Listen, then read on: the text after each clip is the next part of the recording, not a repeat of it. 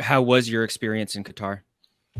It was great. It was great. I mean, I'm not naive to not recognize that there's probably a lot going on behind the scenes that like I don't see. So I can only talk about from what I experienced.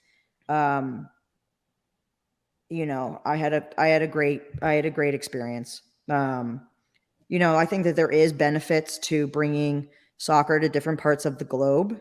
I do think that it is a uniting force for good. Fox appreciates that. FIFA appreciates that. It probably introduced the game to a lot of young people, females in the Middle East that wouldn't be exposed to it otherwise. So I think that there are some positives.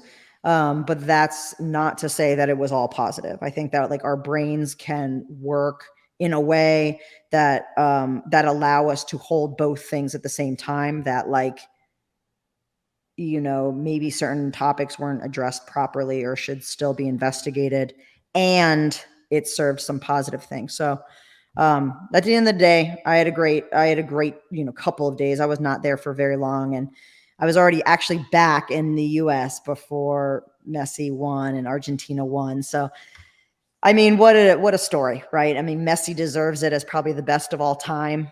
And it always hasn't been smooth sailing for Argentina and for him.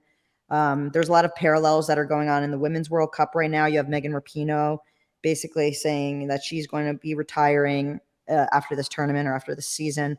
You have Marta saying this is her last World Cup. So I think those two players in particular are like hoping that they're going out the same way that Messi did. And I know that both squads are probably putting a little bit of extra pressure on themselves. Like, let's make sure that this legend goes out with a win, like Messi did. So it will be interesting.